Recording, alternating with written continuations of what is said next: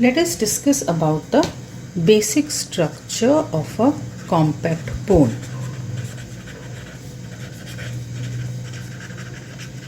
Now, structurally, a bone can be divided into two types.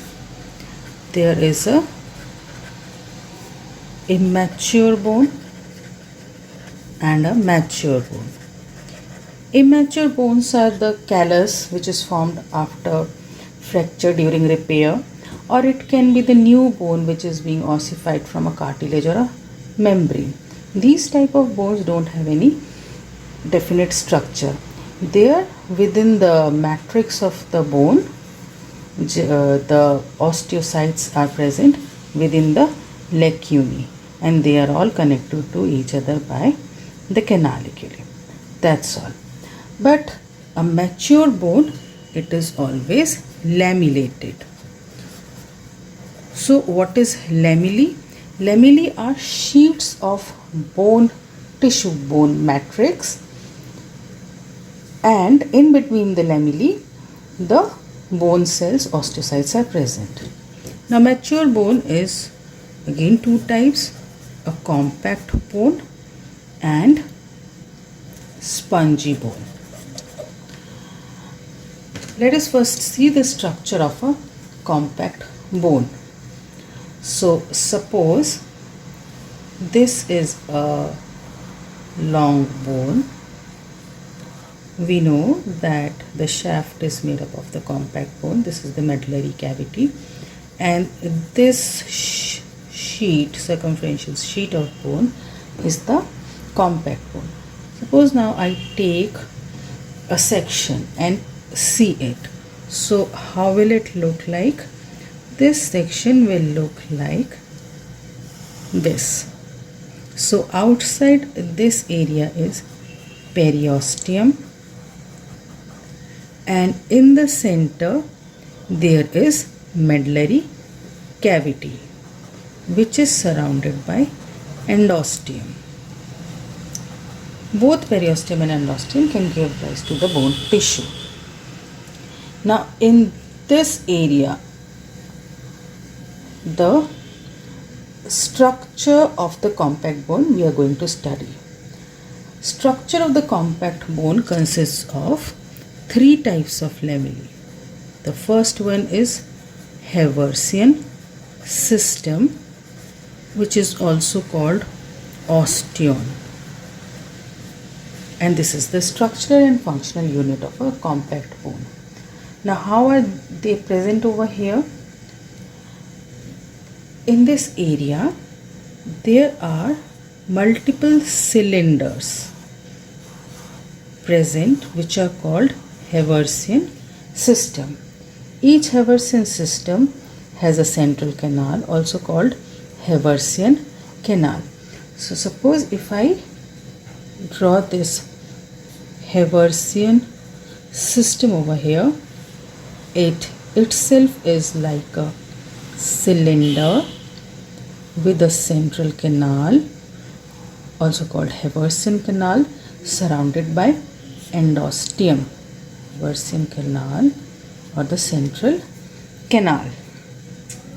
Now surrounding the central canal there are different plates of bone matrix like this. How are they? Suppose they look like this.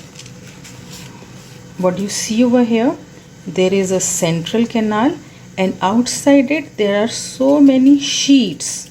These sheets are the bone sheets, and they are called lamellae.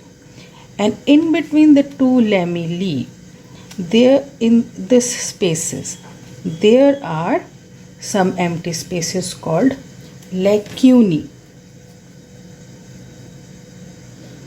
Within these lacunae, the osteocytes, bone cells, are present, and these are connected to each other by canaliculi. So if I just enlarge this area and draw over here, this is the central canal, and outside it these are the lamellae, the sheets, and in between the sheets these are the lacunae. The lacunae are connected to each other by canaliculi. So you see, the lacunae between two lamellae are connected to each other by the canaliculi, but the canaliculi also pierce the lamellae to connect the lacunae between the adjacent spaces. So all the lacunae are connected to each other and also with the central canal by means of canaliculi. Now central canal contains arteries, veins, nerves, and even lymphatics. So from these vessels the nutrients via diffusion go through to the canaliculi and from there to the lacunae, and inside each lacunae the osteocytes, bone cells, are present. This is how the bone cells survive in a Haversian system, in a osteon. Now an osteon has a definite size. The diameter of an osteon cannot increase more than 0.25 to 0.35 mm.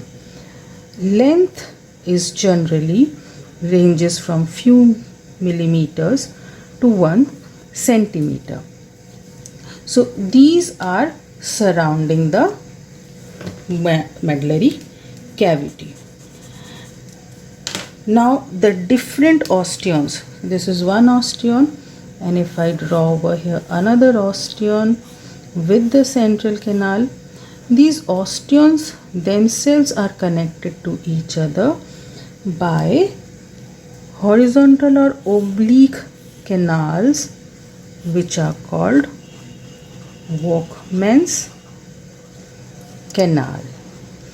Now these Volkmann's canal over here, so I can show you, they are connecting the central canals of the osteons. They also connect the central canal to the periosteum and to the medullary cavity. So vessels from the periosteum and from the endosteum via the Volkmann's canal, everything, the artery, the vein,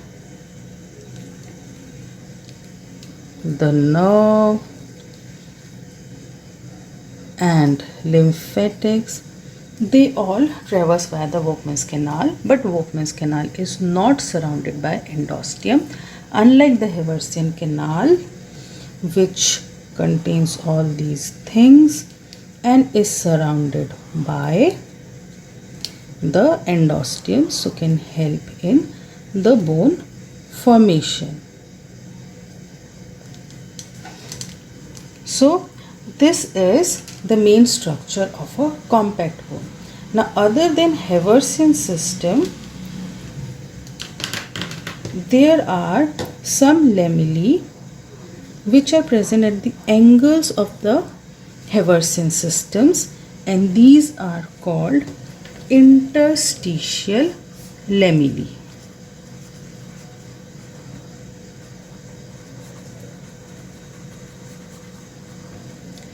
Then there is third type of lamellae which, taking medullary cavity as their center, are circumferentially present just beneath the periosteum and outside the endosteum. These are called circumferential lamellae, inner and outer. So a compact bone has three types of lamellae. Haversian system, which is the structural and functional unit of a compact bone. Then there is interstitial lamellae and circumferential lamellae. Now if we look at the spongy bone, a spongy bone, it is irregular and inside there are irregular bone marrow spaces present. So these are the bone marrow spaces or bone marrow spaces, and rest of the tissue is the bone tissue, which is called trabeculae. Now this trabeculae is also made up of the lamellae, but these lamellae are not organized as the compact bone.